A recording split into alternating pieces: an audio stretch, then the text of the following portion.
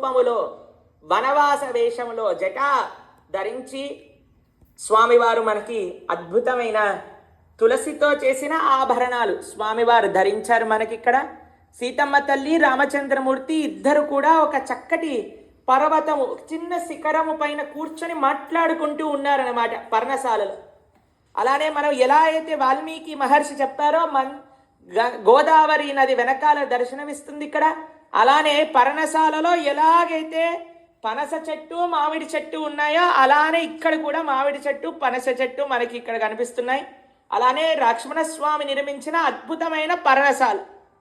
ఇక్కడ అద్భుతమైన నెమలి చిన్ని చిన్ని జంతువులు. ఇక్కడ చూడండి, ఈ కుందేలు సీతమ్మ తల్లి యొక్క మాలని తింటుంది.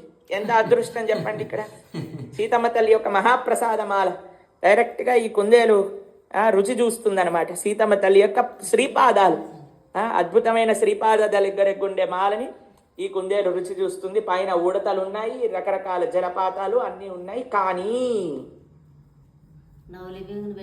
ఇక్కడ మారీచుడు కూడా ఉన్నాడు. స్మాత్ జాగ్రత్త.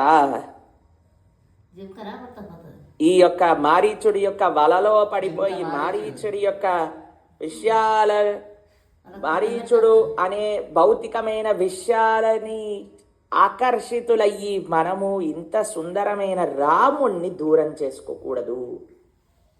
సీతమ్మ తల్లి ఈరోజు మనకు ఒక పెద్ద గుణపాఠము నేర్పించింది. పాపం తానే స్వయంగా ఆ రకమైన ఒక ఆస్టెరిటీ తీసుకొని మనందరము భగవంతుని ఎలా ఆశ్రయించాలి అని నేర్పించింది మన సీతమ్మ తల్లి. అద్భుతమైన దర్శనం, వృక్షములు వెనకాల చక్కటి గోదావరి నది, అద్భుతమైన పర్వతములు, ఇక్కడ సూర్యుడు, ఇక్కడి ప్రదేశంలో సీతమ్మ తల్లి రామచంద్రమూర్తి ఇద్దరు కూర్చొని మాట్లాడుకుంటూ ఉన్నారు. లక్ష్మణస్వామి పక్కన ఉన్నారు, నిల్చొని వారికి సేవ చేస్తూ ఉన్నారు. అద్భుతమైన స్వరూపంలో నాసిక్ పంచవటి క్షేత్రములో పర్ణశాలలో సీతారామచంద్రమూర్తుల యొక్క సుందరమైన దర్శనం ఈరోజు మనం చూస్తున్నాం. చూడండి ఎంత అద్భుతమైన దర్శనం.